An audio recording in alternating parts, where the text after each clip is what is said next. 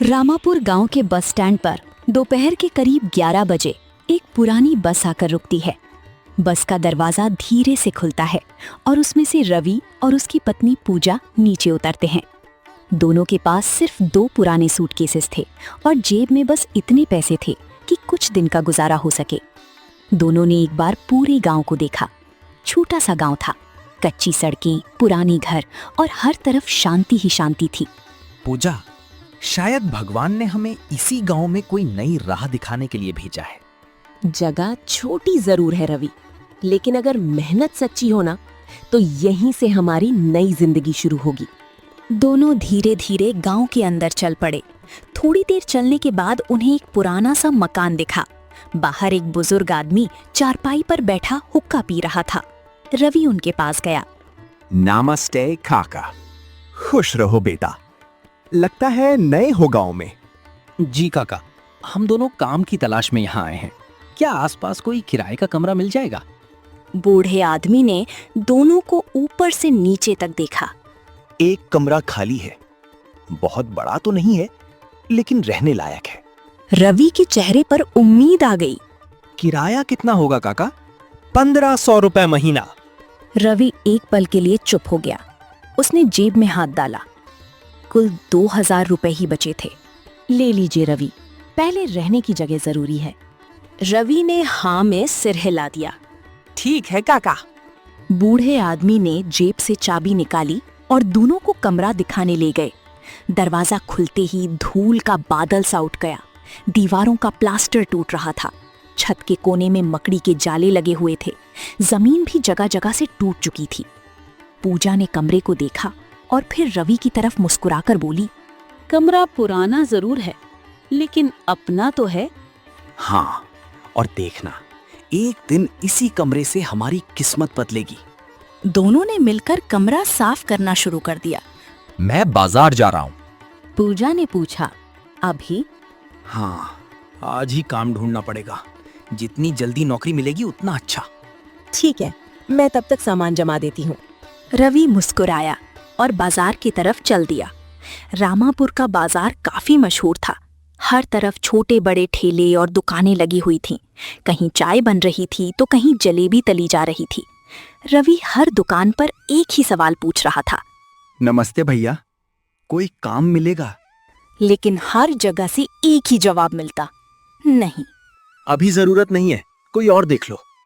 लगभग 2 घंटे तक पूरा बाजार घूमने के बाद रवि थक चुका था। धूप भी काफी तेज हो गई थी। उसने सोचा शायद आज भी काम नहीं मिलेगा।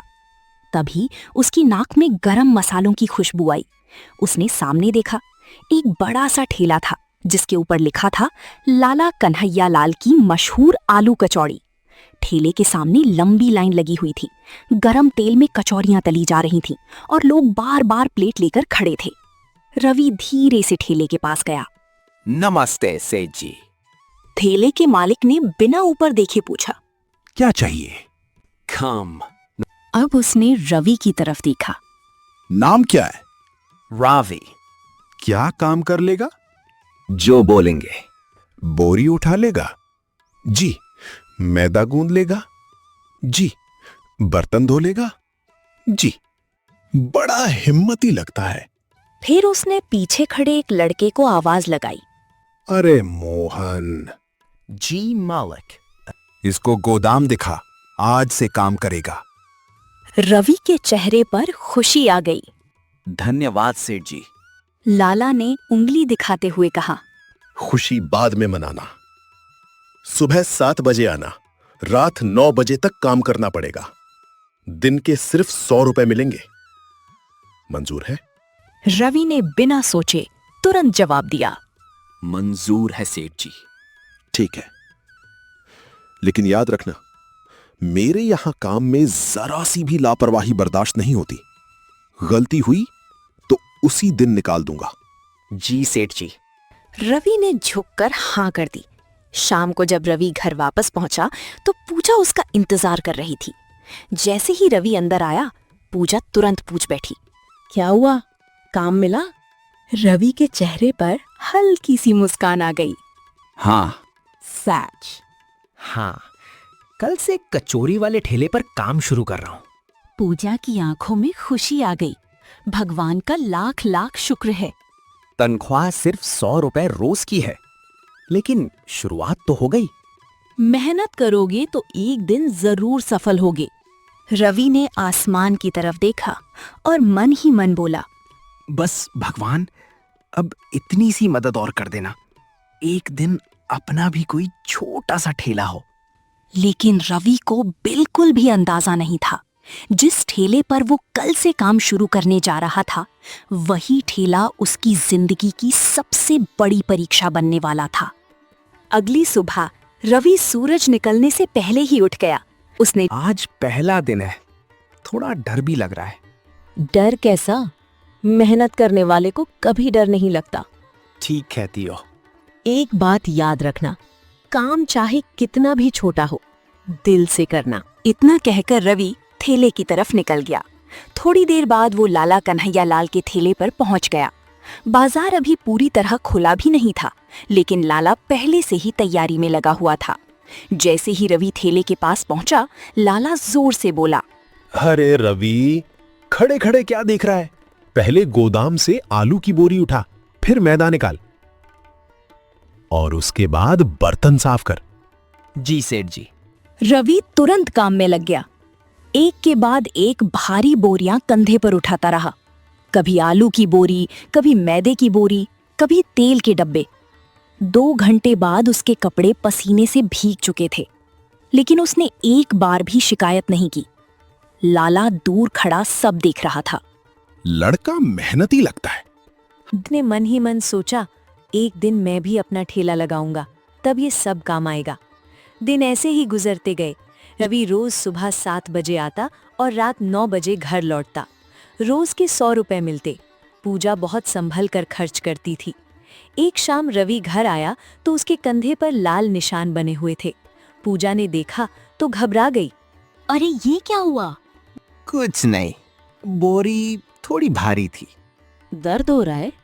थोड़ा। पूजा धीरे से बोली, काम बहुत करवाता है ना? मेहनत से कभी डर नहीं लगता, बस थोड़ा वक्त और। पूजा उसकी बात सुनकर चुप हो गई। कुछ दिन और बीत गए। एक दिन सुबह रवि काम पर जाने लगा तो पूजा ने उसे रोका। आज की तारीख याद है? आज मेरा जन्मदिन है। रवि एकदम चुप हो गया। अरे, मुझे तो बिल्कुल याद ही नहीं रहा। कोई बात नहीं, बस आज थोड़ा जल्दी घर आ जाना।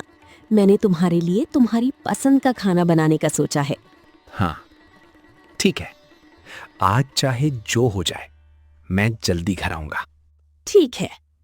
रवि खुशी खुशी थैले की तरफ निकल गया। उस दिन बाजार में बहुत ज्यादा भीड़ थी। सुबह से ही लोग कचौड़ी खरीदने आ रहे थे। लाला लगातार चिल्लाता जा रहा था, जल्दी प्लेट लगा, अरे बर्तन साफ कर, तेल गरम कर, आलू ले आ। रवि बिना रुके काम करता रहा। उसने सोचा, बस शाम होते ही सेठ जी से बोल दूंगा, आज मुझे थोड़ा जल्दी जाना है। लेकिन शाम होते होते भीड़ और बढ़ गई। रात के करीब 7 बजे पूजा घर पर रवि का इंतजार कर रही थी। उसने चूल्हे पर रवि की पसंद की सब्जी और गरम गरम रोटी बना ली थी, लेकिन रवि अभी तक नहीं आया। पूजा ने बाहर देखा, अंधेरा होने लगा था। उसने धीरे से सोचा, शायद काम में फंस गए होंगे, क्यों ना मैं खुद ही बुला लाऊं। पूजा तुरंत थैले की तरफ चल पड़ी। उधर रवि अभी भी लगातार काम कर रहा था। पूजा धीरे से उसके पास आई। रवि, अरे पूजा, तुम यहाँ? चलिए ना, सब तैयार हैं। आज आपने जल्दी आने का वादा किया था। रवि कुछ बोल ही रहा था कि तभी पीछे से एक तेज आवाज सुनाई दी। यहां काम करने आए हो या बीवी के साथ बातें करने? रवि और पूजा दोनों एक साथ मुड़कर देखते हैं और सामने खड़ा था लाला कन्हैया लाल, गुस्से से लाल चेहरा लिए हुए। दोनों के चेहरे पर चिंता साफ दिख रही थी। कुछ देर तक कमरे में सिर्फ खामोशी थी। आखिर रवि ने ही बात शुरू की। पूजा, लगता है मैंने गुस्से में नौकरी छोड़कर गलती कर दी। पूजा ने तुरंत उसकी बात काट दी। नहीं रवि, अगर तुम आज चुप रहते तो शायद जिंदगी भर खुद की नजरों में गिर जाते। गरीबी बर्दाश्त की जा सकती है, लेकिन बेइज्जती नहीं। रवि ने गहरी सांस ली। लेकिन घर का खर्चा कैसे चलेगा?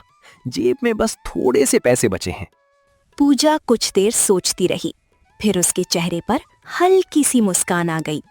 एक बात बताओ रवि, तुमने इतने दिन लाला के ठेले पर काम किया है, कचौड़ी बनाना तो सीख ही लिया होगा। सीख तो लिया है, लेकिन वही आलू की कचौड़ी। आलू की नहीं, पनीर कचौड़ी बनाएंगे। पनीर कचौड़ी?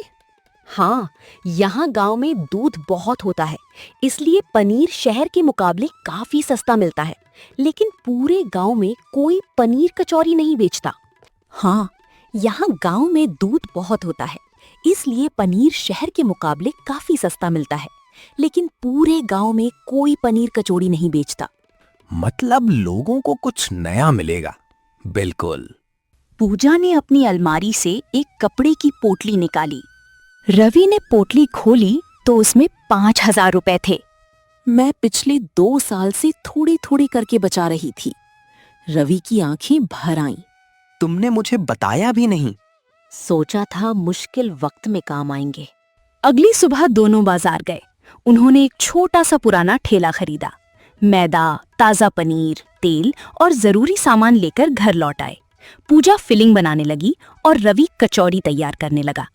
दोपहर तक ठेला बाजार के एक कोने में लग चुका था। बोर्ड पर लिखा था रवि की स्पेशल पनीर कचौड़ी, सिर्फ 50 रुपए प्लेट। शुरू में लोग सिर्फ बोर्ड देखकर निकल जा रहे थे। तभी एक बुजुर्ग आदमी रुक गया। बेटा, ये पनीर कचौड़ी क्या होती है? खा कर देखिए काका, पसंद ना आए तो पैसे मत दीजिए। बुजुर्ग ने एक प्लेट ली। जैसे ही पहला निवाला खाया, उनके चेहरे पर मुस्कान आ गई। अरे वाह, ऐसी कचौरी तो मैंने आज तक नहीं खाई। उन्होंने तुरंत दूसरी प्लेट पैक करवाई। ये देखकर और लोग भी रुकने लगे। 1 घंटे के अंदर रवि के ठेले पर भीड़ लग गई। शाम तक सारी पनीर कचौड़ी बिक चुकी थी। रवि ने खुशी से पूजा की तरफ देखा। पूजा, देखना एक दिन अपनी भी बड़ी दुकान होगी। दूर खड़ा लाला कन्हैया लाल ये सब देख रहा था। उसका चेहरा गुस्से से लाल हो गया। कल का लड़का मेरे ग्राहक छीन रहा है। उस रात लाला को नींद नहीं आई। अगली सुबह उसने भी अपने ठेले पर एक नया बोर्ड लगवा दिया। पनीर कचौरी सिर्फ 10 रुपए में। पूरा गांव हैरान रह गया। अरे, रवि तो 50 रुपए लेता है, लाला सिर्फ 10 रुपए में दे रहा है। धीरे धीरे रवि के कई ग्राहक लाला के ठेले पर चले गए। पूजा थोड़ी परेशान हो गई। रवि, अब क्या होगा? जो असली स्वाद और ईमानदारी को समझेगा, वो वापस जरूर आएगा। लेकिन लाला के मन में कुछ और ही चल रहा था। असली पनीर की जगह वो शहर से नकली केमिकल वाला पनीर मंगवा रहा था। उसने सोचा, लोगों को सिर्फ सस्ता चाहिए, कोई नहीं पहचान पाएगा। कुछ दिन सब ठीक चलता रहा। फिर एक दिन बाजार में अफरा तफरी मच गई। लाला के ठेले की पनीर कचौरी खाने के बाद एक आदमी अचानक बेहोश हो गया। थोड़ी ही देर में 2 और लोगों की तबीयत खराब हो गई। किसी ने तुरंत पुलिस और फूड डिपार्टमेंट को फोन कर दिया। कुछ ही देर में पुलिस की जीप बाजार में आकर रुक गई। इंस्पेक्टर ने जोर से कहा, कोई भी ठेले को हाथ नहीं लगाएगा। फूड ऑफिसर ने पनीर के सैंपल लिए। कुछ देर बाद रिपोर्ट आई। ऑफिसर ने गुस्से में कहा, ये पनीर असली नहीं है, इसमें केमिकल मिलाया गया है। पूरा बाजार सन्न रह गया। गांव वाले एक दूसरे का मुंह देखने लगे। एक आदमी बोला, इसीलिए इतना सस्ता बेच रहा था। हमने पैसे बचाने के चक्कर में कितनी बड़ी गलती कर दी। इंस्पेक्टर ने तुरंत लाला को गिरफ्तार कर लिया। लाला चिल्लाता रहा, मैंने कुछ नहीं किया। लेकिन पुलिस उसकी एक ना सुनी और उसे जीप में बिठाकर ले गई। अगले ही दिन गांव के लोग फिर रवि के ठेले पर आने लगे। वही बुजुर्ग आदमी जिन्होंने सबसे पहले रवि की पनीर कचौड़ी खाई थी, आगे बढ़े और बोले, बेटा, हमें माफ कर देना। हम सस्ते के चक्कर में गलत आदमी पर भरोसा कर बैठे। काका, गलती इंसान से ही होती है, बस उससे सीख लेना चाहिए। उस दिन से रवि के ठेले पर पहले से भी ज्यादा भीड़ लगने लगी। कुछ महीनों बाद उसने उसी जगह एक छोटी सी पक्की दुकान खोल ली। दुकान के बाहर एक बोर्ड लगा था, रवि की असली पनीर कचौड़ी, और उसके नीचे लिखा था, यहाँ स्वाद के साथ ईमानदारी भी परोसी जाती है। पूजा ने मुस्कुराकर रवि की तरफ देखा। याद है जब हम इस गांव में सिर्फ 2 सूटकेसेस लेकर आए थे? हाँ, और आज इसी गांव ने हमें अपना बना लिया। दोनों ने भगवान का शुक्रिया अदा किया और नए ग्राहकों के लिए गर्मा गर्म पनीर कचौड़ियां तलने लगी। सस्ती चीज हमेशा अच्छी नहीं होती। ईमानदारी और अच्छी क्वालिटी से कमाया गया भरोसा ही इंसान की सबसे बड़ी दौलत होती है।